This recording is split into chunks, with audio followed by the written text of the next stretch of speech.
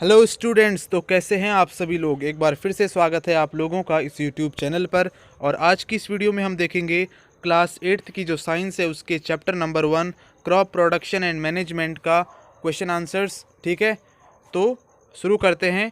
सबसे पहला क्वेश्चन है select the correct word from the following list. यहाँ पे आपको वर्ड्स की एक लिस्ट दी हुई है ना, और इनमें से आपको सही वर्ड चूज़ करना है and fill in the blanks, और खाली जगह पर भरना है। ठीक है, तो देखो सबसे पहला है the same kind of plants grown and cultivated on a large scale at a place is called dash. तो इसका मतलब ये है कि अगर हम बहुत सारे प्लांट्स को एक ही तरह के बहुत सारे प्लांट्स को अगर एक ही जगह पर उगा दें, ठीक है, तो उसे क्या कहेंगे, तो उसे कहेंगे क्रॉप। तो यहाँ पे आएगा क्रॉप। ठीक, बी पार्ट है the first step before growing crops is dash of the soil. तो फर्स्ट स्टेप, फसलों को उगाने से पहले जो फर्स्ट स्टेप किया जाता है वो क्या है, वो है प्रिपरेशन ऑफ द सॉइल होता है वो। ठीक है, तो यहाँ पे डैश में क्या आएगा, प्रिपरेशन। उसके बाद सी पार्ट है damaged seeds would dash on top of water. जो डैमेज्ड सीड्स होते हैं यानी जो ख़राब सीड होते हैं, जो ख़राब बीज होते हैं, वो वाटर में क्या करते हैं, वो फ्लोट करते हैं, वो तैरते हैं। ठीक है, पानी के ऊपर आ जाते हैं, पानी की टॉप में, और फ्लोट करते हैं। उसके बाद देखो डी पार्ट है फॉर ग्रोइंग अ क्रॉप। एक फसल को उगाने के लिए sufficient sunlight and dash from the soil are essential. तो देखो यहाँ पे क्या है कि अगर आपको फसल को उगाना है तो आपको क्या क्या चाहिए, आपको सनलाइट चाहिए, है ना। दूसरी चीज़ क्या चाहिए वो आप यहाँ पे लिखेंगे, तो आपको चाहिए वाटर। ठीक है, और तीसरी चीज़ आपको क्या चाहिए, न्यूट्रिएंट्स चाहिए फसल को उगाने के लिए। ठीक है, और ये सब कहाँ से मिलता है, सॉइल से मिलता है। तो इसलिए यहाँ पे आएगा वाटर और यहाँ पे आएगा न्यूट्रिएंट्स। ठीक, तो ये हो गया फर्स्ट क्वेश्चन। फिर इसके बाद देखते हैं क्वेश्चन नंबर 2, और ये है match items in column A with those in column B. तो कॉलम ए के आइटम्स को आप कॉलम बी के आइटम से मिलाएंगे। ठीक है, तो मैंने यहाँ पे मिला रखे हैं, तो आप इस तरह से उनको मैच करेंगे। ये है कॉलम ए और ये है कॉलम बी, और इसका जो फर्स्ट है वो है खरीफ क्रॉप्स। तो खरीफ क्रॉप्स कौन सी होती हैं, ये है पैडी एंड मेज़, तो इसके साथ आप इसे मैच कर देंगे। ठीक है, उसके बाद है रबी क्रॉप्स। तो रबी क्रॉप्स कौन सी होती हैं, रबी क्रॉप्स होती है वीट ग्राम एंड पी, तो इनको आप इससे मैच करेंगे। उसके बाद है केमिकल फर्टिलाइजर्स, तो इसको आप मैच करेंगे यूरिया एंड सुपर फॉस्फेट इससे, तो ये होते हैं केमिकल फर्टिलाइजर्स। ठीक है, उसके बाद देखो ये वाला है ऑर्गेनिक मैन्योर, इसको आप मैच करेंगे इनसे animal excreta, cow dung, urine and plant waste. ठीक है, तो ये हैं ऑर्गेनिक मैन्योर। ठीक, तो ये हैं, इस तरह से आप मैच द फॉलोइंग को फिल करेंगे। फिर उसके बाद देखो क्वेश्चन नंबर 3 है गिव 2 एग्जाम्पल्स ऑफ ईच। तो हमें इनके दो एग्जाम्पल्स देने हैं। ठीक है, खरीफ क्रॉप के और रबी क्रॉप के। तो देखो इसका आंसर ये होगा, जो फर्स्ट है खरीफ क्रॉप, इसके होंगे पैडी मेज़। ठीक है, और उसके बाद रबी क्रॉप के होंगे वीट एंड ग्राम। तो इस तरह से ये इसका आंसर हो जाएगा। फिर इसके बाद देखते हैं क्वेश्चन नंबर 4, और ये है right a paragraph in your own words on each of the following. ठीक है, तो यहाँ पे आपको क्या करना है, आपको पैराग्राफ लिखना है, और यहाँ पे आपको कुछ टॉपिक्स दिए हुए हैं, और उन टॉपिक पे आपको अपने शब्दों में पैराग्राफ्स लिखने हैं। ठीक है, तो देखो सबसे पहला जो टॉपिक हमें दिया गया है ए पार्ट इसका, वो है प्रिपरेशन ऑफ सॉइल। तो प्रिपरेशन ऑफ सॉइल के बारे में आपको लिखना होगा। तो देखो क्या है, it is the first step to be followed before growing a crop. तो जो प्रिपरेशन ऑफ सॉइल है ये फर्स्ट स्टेप है अगर हम क्रॉप उगाना चाहते हैं, है ना। अगर हमें फसल उगानी है तो सबसे पहला स्टेप क्या है, preparation of soil. This method is usually employed for loosening the soil to allow the root to penetrate deep into it. तो ये जो मेथड है, जो प्रिपरेशन ऑफ सॉइल है, ये क्यों किया जाता है? ये इसलिए किया जाता है ताकि जो सॉइल है, जो मिट्टी है, वो ढीली हो जाए। ठीक है, मिट्टी ढीली हो जाए, और जब मिट्टी ढीली हो जाती है तो इससे ये फ़ायदा होता है कि जो प्लांट होता है उसकी जो जड़ें होती हैं वो उसमें आसानी से अंदर जा पाती हैं, अंदर घुस पाती है। ठीक है, तो इसीलिए ये है। फिर देखो, the loosening of the soil helps in the growth of several soil microbes, earthworms etc, which enrich the soil with humus and other essential nutrients. तो देखो, इसका एक और फ़ायदा है, यानी जो है, जो मिट्टी जब ढीली हो जाती है, इसका एक और फ़ायदा है, वो ये है कि इसमें तब इससे जो अर्थवॉर्म्स होते हैं, यानी जो केचुए होते हैं, और जो मिट्टी में होने वाले बाकी के जो कीड़े हैं, ठीक है, वो भी इससे जन्म लेते हैं, यानी उनकी भी ग्रोथ होती है, वो भी बढ़ते हैं, है ना। और जब वो मर जाते हैं तो उनसे क्या मिलता है? ह्यूमस मिलता है और न्यूट्रिएंट्स मिलती हैं। ठीक है, किनको? प्लांट्स को। ठीक है, जब ये जो कीड़े होते हैं ये मर जाते हैं तो इनसे प्लांट्स को ह्यूमस और न्यूट्रिएंट्स मिलते हैं। उसके बाद देखो, plants require nutrients for there proper growth and functioning. और जो प्लांट्स होते हैं उनको ये जो न्यूट्रिएंट्स इनसे मिलते हैं उनकी बहुत ज़रूरत होती है ताकि वो अपनी ग्रोथ कर सकें और अच्छे से अपने फंक्शंस, अपने काम अच्छे से कर पाएँ। ठीक है, उसके बाद देखो, the process of loosening is called tiling और फ्लोइंग द सॉइल। तो जो प्रोसेस है लूजनिंग, है ना, जो मिट्टी को ढीला करने की जो प्रोसेस है उसे क्या कहा जाता है? उसे कहा जाता है टाइलिंग या फ्लोइंग। ठीक है, और आगे देखो, tilling of soil brings the nutrient rich soil to the top. This helps the plant to utilize the nutrients for their growth. अब देखो, जब टाइलिंग होता है या जो फ्लोइंग होता है, आपने सुना होगा कि हल चलाते हैं, ठीक है ना। तो उससे क्या होता है, जो मिट्टी में जो न्यूट्रिएंट्स होते हैं जो नीचे दबे होते हैं, तो लूजनिंग से यानी मिट्टी को ढीला करने से वो ऊपर आ जाते हैं, है ना। और जब वो ऊपर आ जाते हैं तो प्लांट्स उनको अच्छे से यूज़ कर पाते हैं अपनी ग्रोथ के लिए, उन न्यूट्रिएंट्स को। ठीक है, तो ये है फर्स्ट। फिर उसके बाद है सोइंग। ठीक है, तो इसको देखते हैं अब। Sowing is another important step in crop production. जो सोइंग है वो भी एक इम्पॉर्टेंट स्टेप है क्रॉप प्रोडक्शन में, यानी फसलों को उगाने में। ठीक है, उसके बाद है it is the process of placing the seed in or on the soil for future growth. तो ये जो सोइंग है, इस प्रोसेस में क्या करते हैं? बीजों को, है ना, मिट्टी के अंदर या मिट्टी के ऊपर छिड़क देते हैं। ठीक है, डाल देते हैं। उसके बाद आगे देखो, the seeds that are selected for growing should be of good quality. तो जो सीड्स हैं, ठीक है, जिनको हमने सेलेक्ट किया है फसलों को उगाने के लिए, वो अच्छी क्वालिटी के होने चाहिए। फिर आगे देखो, this will improve the net yield of the crop. और इससे क्या फ़ायदा होगा? इससे ये फ़ायदा होगा कि क्रॉप ज़्यादा होगी, यानी फसल ज़्यादा होगी, ज़्यादा अनाज होगा। Sowing is usually done with the help of either a traditional tool or a seed drill. तो जो सोइंग जो प्रोसेस है, इसमें दो तरह के टूल्स यूज़ होते हैं। ठीक है, एक ट्रेडिशनल टूल है और एक सीड ड्रिल है। फिर देखो, the traditional tool is shaped like a funnel. जो ट्रेडिशनल टूल है ये फनल के शेप में होता है। कैसा होता है? फनल के शेप में। फनल कैसा होता है? ऐसा। ठीक है, इस तरह का होता है फनल। ठीक, उसके बाद देखो, was used earlier for sowing seeds. और ये जो ट्रेडिशनल टूल है ये पहले यूज़ होता था। ठीक है, बहुत पहले यूज़ होता था, अब ये यूज़ नहीं होता है। ठीक है, आगे देखो, nowadays seed drills that make the use of tractors are used for sowing seeds. तो जो आज का टाइम है, यहाँ पे क्या यूज़ होता है? सीड ड्रिल्स का यूज़ किया जाता है।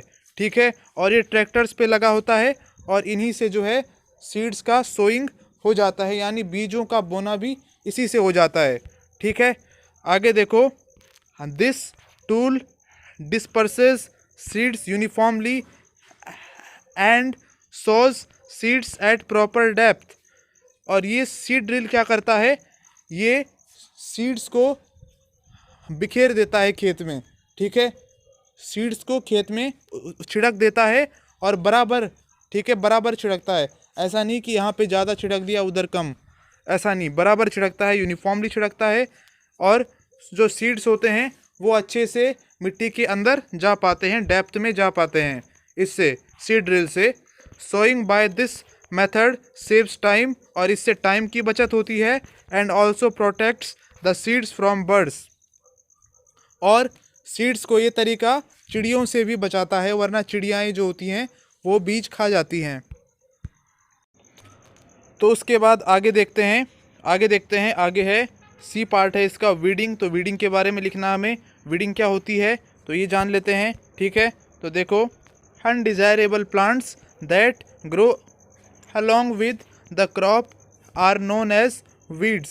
अनडिजायरेबल प्लांट्स होते हैं, यानी ऐसे प्लांट्स होते हैं जो हमें नहीं चाहिए, है ना, और ये अपने आप फसलों के साथ उग जाते हैं, ठीक। Weeding is the process of removing these weeds, ठीक है। और वीडिंग क्या होती है, वीडिंग होती है ये जो प्लांट्स जो अपने आप उग जाते हैं, जो हमें नहीं चाहिए, उनको हटाने की प्रोसेस, ठीक है। उन प्लांट्स को जो हमें नहीं चाहिए उनको फसल के बीच में से निकालकर हटाने की जो प्रोसेस होती है उसे कहते हैं वीडिंग। अब देखो, xanthium, parthenium ETC are some common weeds. तो ये जो हैं, ये ज़ैंथेनियम और पार्थेनियम हैं, ये कुछ वीड्स हैं। क्या हैं, वीड्स हैं। आगे देखो, weeds compete with the crop for nutrients, light and space।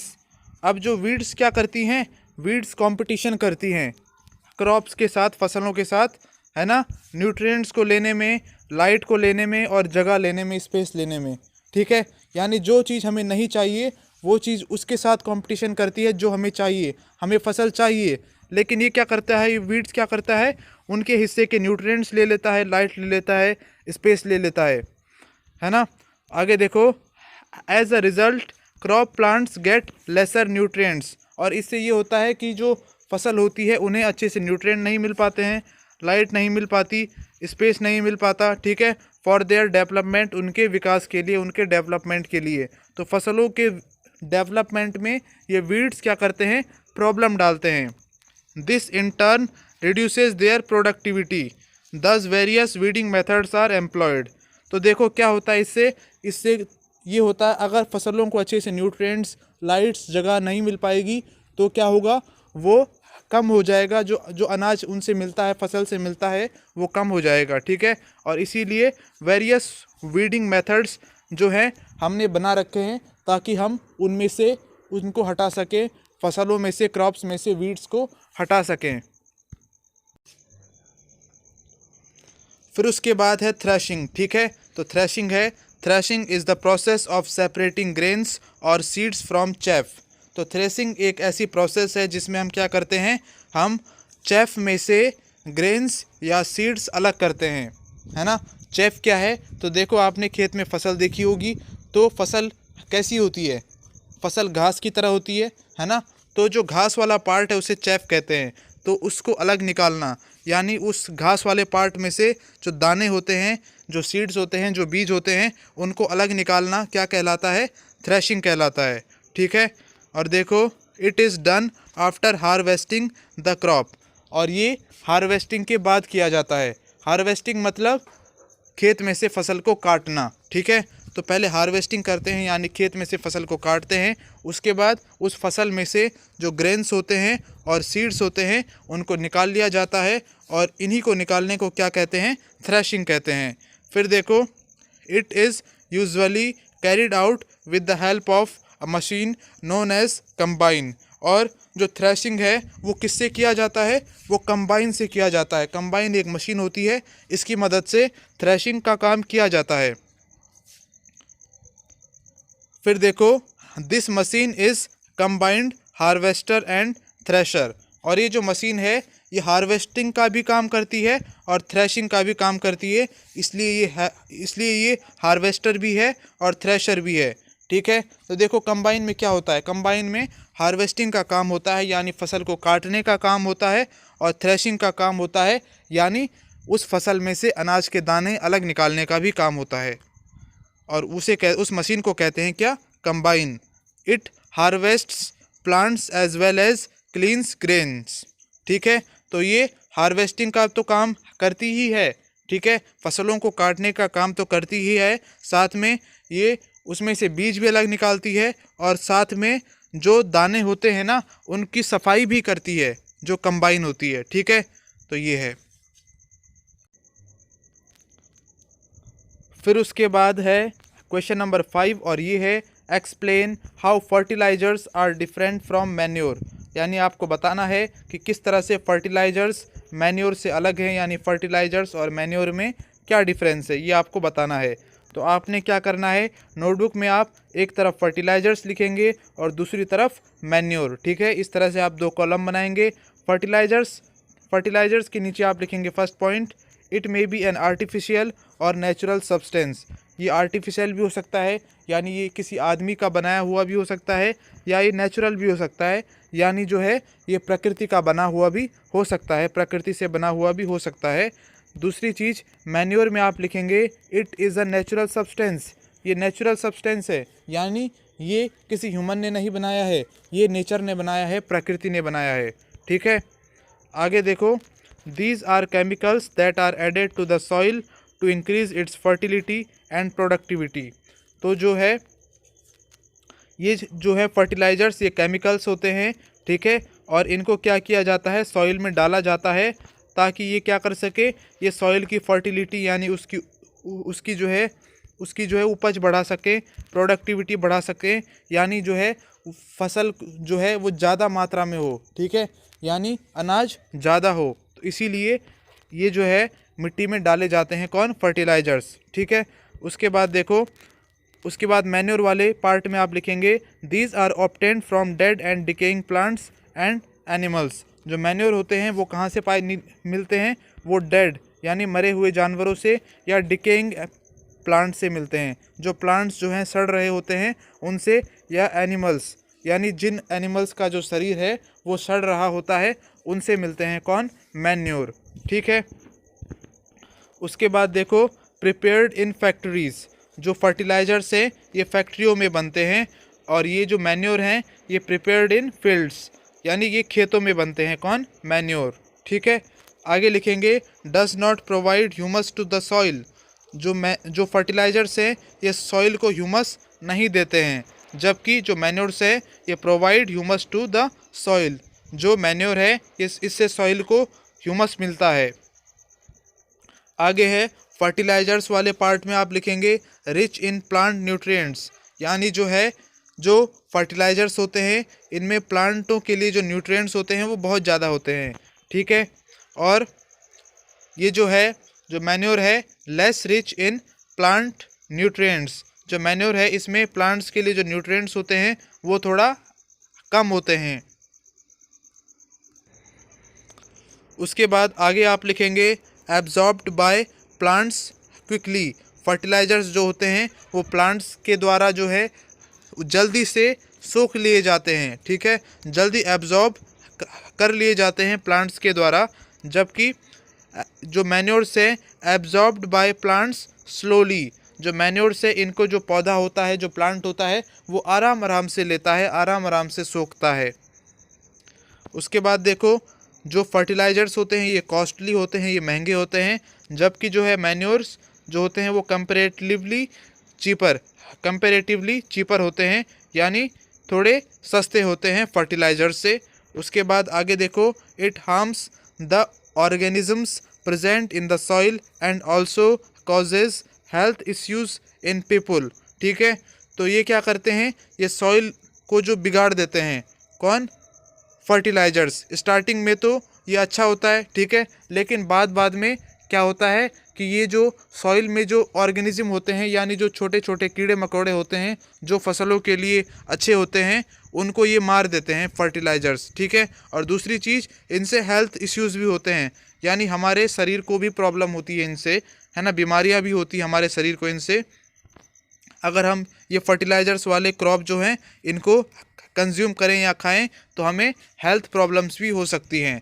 और जबकि जो मैन्योर वाले पार्ट में आप लिखेंगे, it causes no harm to the organisms and improves soil quality, जो ठीक है। तो जो मैन्योर होता है वो क्या करता है, वो जो मिट्टी में जो कीड़े मकोड़े होते हैं उनको कोई हानि नहीं पहुंचाता, कोई नुकसान उन्हें नहीं पहुंचाता, ठीक है। और सॉइल की क्वालिटी भी इससे इम्प्रूव हो जाती है। उसके बाद आगे देखो, क्वेश्चन नंबर 6 है, व्हाट इज़ इरिगेशन, इरिगेशन क्या है, describe 2 methods of irrigation which conserve water. तो देखो आपसे पूछा गया है कि इरिगेशन क्या है और आपको 2 मेथड्स भी बताने हैं इरिगेशन के लिए, ठीक है। और ऐसे मेथड्स बताने हैं कि जिनसे पानी की जो है बचत हो सके।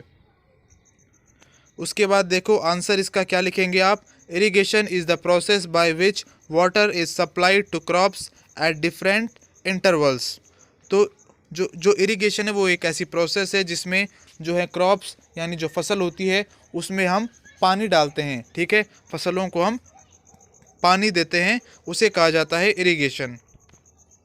The time and frequency of irrigation varies according to different seasons, crops and soil types.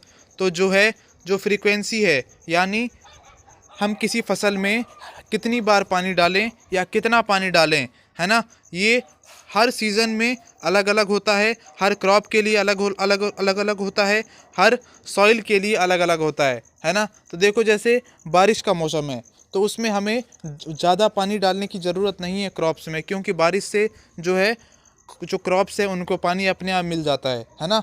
तो उसमें हमें पानी जो है वो कम डालना है क्रॉप्स में, है ना। इसी तरह से जो गेहूं की फसल होती है ना, जो गेहूं की फसल होती है उसमें पानी कम पड़ता है, अगर आपने उसमें ज़्यादा पानी डाल दिया तो फसल ख़राब हो जाती है। तो इसीलिए जो है कौन सी फसल में हमें कितना पानी डालना है ना, ये इन 3 चीज़ों पे डिपेंड करता है। किन पे, सीजन्स, क्रॉप और सॉइल टाइप, यानी सॉइल मिट्टी किस प्रकार की है। फिर देखो, there are various sources of irrigation such as wells, canals, river, dams, ponds and lakes. तो उसके बाद देखो ये है कि ऐसे बहुत सारे तरीके हैं जिनसे हम जो है पानी डाल सकते हैं उनमें फसलों में, ठीक है। जैसे कि हम कुएं से पानी डाल सकते हैं, कैनाल से यानी नहरों से पानी डाल सकते हैं, रिवर से पानी डाल सकते हैं, डैम से पानी डाल सकते हैं, पॉन्ड से या लेक से पानी डाल सकते हैं, किनमें, फसलों में। 2 methods of irrigation which help in conservation of water are.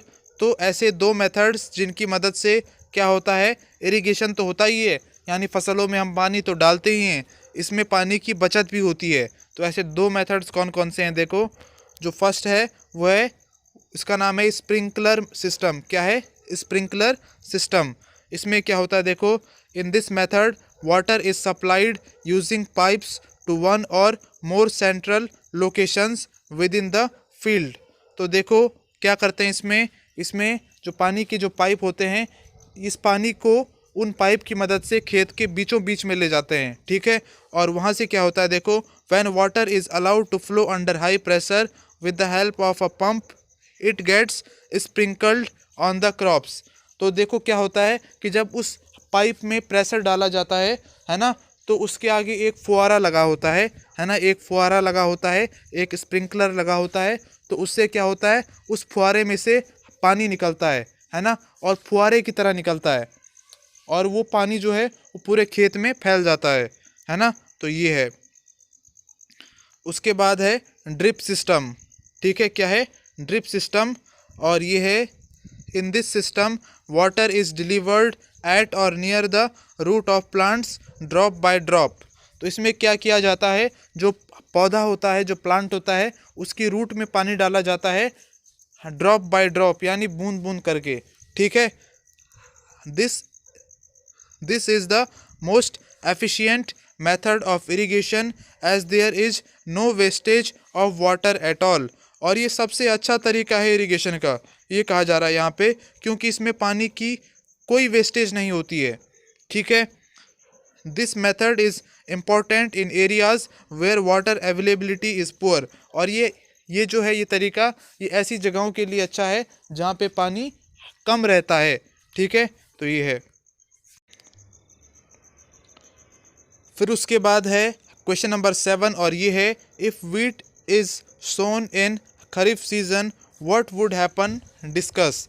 तो अगर वीट को हम खरीफ सीज़न में उगा दें, है ना, तो क्या होगा। ठीक है, ये आपको बताना है। तो देखो इसका आंसर ये है कि if wheat is sown in kharif season from June to October then the whole crop might get destroyed because kharif season includes the rainy season. तो देखो क्या है कि अगर हम वीट को खरीफ सीज़न में उगा दें, ठीक है, यानी खरीफ सीज़न क्या होता है, जून से लेके अक्टूबर का जो टाइम होता है उसे कहा जाता है खरीफ सीज़न। ठीक है, तो क्या होगा कि जो वीट की जो फसल होगी वो डिस्ट्रॉय हो जाएगी। ऐसा इसलिए होगा क्योंकि ये जो टाइम होता है इस टाइम रेन होती है, यानी बारिश होती है बहुत ज़्यादा। ठीक है, which is not favourable for the growth of wheat crop. और ये जो है वीट के लिए यानी गेहूं के लिए अच्छा नहीं है, यानी बारिश होना गेहूं के लिए अच्छा नहीं होता है। ठीक है, आगे देखो, therefore wheat crop should not be shown during this season. और इसीलिए जो है वीट जो है गेहूं जो है वो खरीफ सीज़न में नहीं उगाई जानी चाहिए। फिर इसके बाद अगला क्वेश्चन है क्वेश्चन नंबर 8 और ये है explain how soil gets affected by the continuous plantation of crops in a field. तो आपको ये बताना है कि अगर आप एक ही जगह पर बार बार क्रॉप्स उगाते जाएं, यानी आपने अगर एक बार क्रॉप उगाया, उसे काटा, फिर दोबारा उगा दिया, फिर उसे काटा, फिर दूसरी बार फिर से उगा दिया, फिर काटा, तो इस तरह से अगर आप बार बार लगातार करते जाएं तो सॉइल पर इसका क्या असर पड़ेगा, ये आपको बताना है। ठीक है, तो इसका आंसर ये है continuous plantation of crops in a field makes the soil poor in certain nutrients such as nitrogen, phosphorus, potassium etc। तो अगर आप कंटिन्यूअस प्लांटेशन करें, यानी बार बार जो है क्रॉप्स उगाते जाएं एक ही जगह पर, तो क्या होगा कि वहाँ पे जो न्यूट्रिएंट्स होंगे सॉइल में वो कम हो जाएंगे। कौन कौन से न्यूट्रिएंट्स, जैसे नाइट्रोजन, फॉस्फोरस, पोटेशियम etc, ये सब। ठीक है, तो ये न्यूट्रिएंट्स सॉइल में कम हो जाएंगे। Plants require nutrients for there proper growth and functioning. जो प्लांट्स होते हैं, जो पौधे होते हैं, उन्हें अच्छे से अपनी ग्रोथ के लिए और फंक्शन के लिए जो है न्यूट्रिएंट्स की ज़रूरत होती है।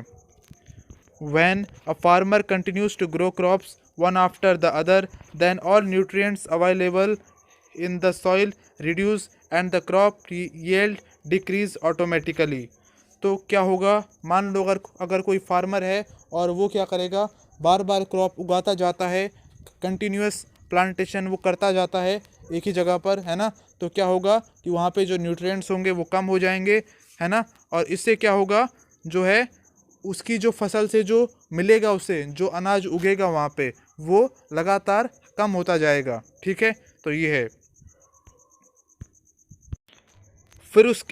फिर उसके बाद अगला क्वेश्चन है क्वेश्चन नंबर 9 और ये है व्हाट आर वीड्स, यानी वीड्स क्या होते हैं, how can we control them, और उनको हम कैसे कंट्रोल कर सकते हैं। ठीक है, तो ये है क्वेश्चन।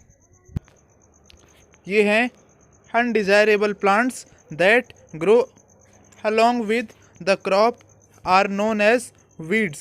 तो ये क्या होते हैं, ये अनडिजायरेबल प्लांट्स होते हैं, यानी ऐसे प्लांट्स होते हैं जो हमें नहीं चाहिए, है ना, और ये अपने आप फसलों के साथ उग जाते हैं। ठीक, weeding is the process of removing these weeds. ठीक है, और वीडिंग क्या होती है, वीडिंग होती है ये जो प्लांट्स जो अपने आप उग जाते हैं, जो हमें नहीं चाहिए, उनको हटाने की प्रोसेस। ठीक है, उन प्लांट्स को जो हमें नहीं चाहिए उनको फसल के बीच में से निकालकर हटाने की जो प्रोसेस होती है उसे कहते हैं वीडिंग।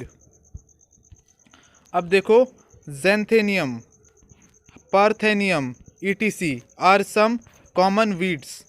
तो ये जो हैं, ये ज़ैंथेनियम और पार्थेनियम हैं, ये कुछ वीड्स हैं। क्या हैं, वीड्स हैं। आगे देखो, weeds compete with the crop for nutrients, light and space। अब जो वीड्स क्या करती हैं, वीड्स कंपटीशन करती हैं क्रॉप्स के साथ, फसलों के साथ, है ना, न्यूट्रिएंट्स को लेने में, लाइट को लेने में और जगह लेने में, स्पेस लेने में। ठीक है, यानी जो चीज़ हमें नहीं चाहिए वो चीज़ उसके साथ कंपटीशन करती है जो हमें चाहिए। हमें फसल चाहिए, लेकिन ये क्या करता है, ये वीड्स क्या करता है, उनके हिस्से के न्यूट्रिएंट्स ले लेता है, लाइट ले लेता है, स्पेस ले लेता है ना। आगे देखो, as a result crop plants get lesser nutrients. और इससे ये होता है कि जो फसल होती है उन्हें अच्छे से न्यूट्रिएंट नहीं मिल पाते हैं, लाइट नहीं मिल पाती, स्पेस नहीं मिल पाता। ठीक है, फॉर देयर डेवलपमेंट, उनके विकास के लिए, उनके डेवलपमेंट के लिए। तो फसलों के डेवलपमेंट में ये वीड्स क्या करते हैं, प्रॉब्लम डालते हैं। This in turn reduces their productivity, thus various weeding methods are employed. तो देखो क्या होता है, इससे ये होता है, अगर फसलों को अच्छे से न्यूट्रिएंट्स, लाइट्स, जगह नहीं मिल पाएगी तो क्या होगा, वो कम हो जाएगा, जो अनाज उनसे मिलता है, फसल से मिलता है, वो कम हो जाएगा। ठीक है, और इसीलिए वेरियस वीडिंग मेथड्स जो हैं हमने बना रखे हैं ताकि हम उनमें से उनको हटा सकें, फसलों में से, क्रॉप्स में से वीड्स को हटा सकें। फिर उसके बाद देखते हैं some important weeding methods are. तो वीडिंग को जो है करने के लिए, वीडिंग की प्रोसेस करने के लिए कुछ मेथड्स हैं, वो हैं, पहला मेथड्स है weed can be controlled using weedicides. अगर हम वीडिसाइड्स का यूज़ करें, यानी ऐसी दवाइयों का यूज़ करें जिनसे कि वीड्स मर जाते हैं या समाप्त हो जाते हैं, ख़त्म हो जाते हैं, तो हम इसे कंट्रोल कर सकते हैं। It is a chemical which is spread in the fields to kill all available weeds. तो ये जो वीडिसाइड्स होते हैं ये कुछ केमिकल्स होते हैं, एक तरह के केमिकल्स होते हैं, या आप कह सकते हैं दवाइयाँ होती हैं जो कि खेत में छिड़के जाते हैं और इससे सारे के सारे जो वीड्स होते हैं वो किल हो जाते हैं, यानी ख़त्म हो जाते हैं। Weedicides are not harmful to crops. जो वीडिसाइड्स होते हैं ये क्रॉप्स के लिए नुकसानदायक नहीं होते। ठीक है, उसके बाद दूसरा जो तरीका वो है tiling before sawing of crops also helps in removing weeds. ठीक है, तो अगर आप जो है फसल को बोएं, जब आप बीज डालते हैं खेत में, उससे पहले अगर आप टाइलिंग कर लें, है ना, और जो है इससे क्या होता है, वीड्स कम हो जाते हैं। तो फसल को उगाने के लिए जब आप खेत में बीज डालते हैं उससे पहले अगर आप खेत की टाइलिंग कर ले अच्छे से, तो जो है वीड्स हट जाते हैं। आगे देखो, टाइलिंग अपरूट्स द वीड्स। जो टाइलिंग होती है, जो प्रोसेस होती है टाइलिंग की, इससे क्या होता है, जो वीड्स होते हैं खेत में वो उखड़ जाते हैं। The best time for removal of weeds is before they produce flowers and seeds. और सबसे जो अच्छा टाइम है वीड्स को उखाड़ कर फेंकने की, वो है जब तक उनके फ्लावर नहीं आए हैं उन पे, या उन पे वीड्स पे बीज नहीं आए हैं। ठीक है, तो तब वही होता है बेस्ट टाइम वीड्स को उखाड़ कर फेंकने का। और तीसरा तरीका है एक और, ये है manual method of removing weeds is with the help of खुरपी। तो हम क्या करेंगे, हम एक खुरपी लेंगे और इससे हम क्या करेंगे, एक एक करके वीड्स के जो प्लांट्स हैं उनको उखाड़ते जाएंगे। It involves regular uprooting of or cutting off weeds close to the ground. और इसमें क्या किया जाता है, एक एक जो वीड का जो पौधा है उसको पकड़कर उखाड़ा जाता है या काटा जाता है। ठीक है, तो इस तरह से हम वीडिंग कर सकते हैं। फिर उसके बाद है क्वेश्चन नंबर 10, और ये है arrange the following boxes in proper order to make a flow chart of sugarcane crop production. तो देखो आपको क्या करना है, ये कुछ यहाँ पे हैं बॉक्सेस हैं, कुछ यहाँ पे मैं इसको जूम करता हूँ तो आपको दिखेगा अच्छे से, है ना। तो ये आपको कुछ यहाँ पे बॉक्सेस दिखाई दे रहे होंगे, इनको आपको सही ऑर्डर में लगाना है और आपको ये मानकर चलना है कि आपको शुगर केन उगाना है, गन्ना उगाना है, और उसके हिसाब से आपको इन बॉक्सेस को सही ऑर्डर में लगाना है। ठीक है, तो देखो इस तरह से आप इसे करेंगे। इसका आंसर ये है,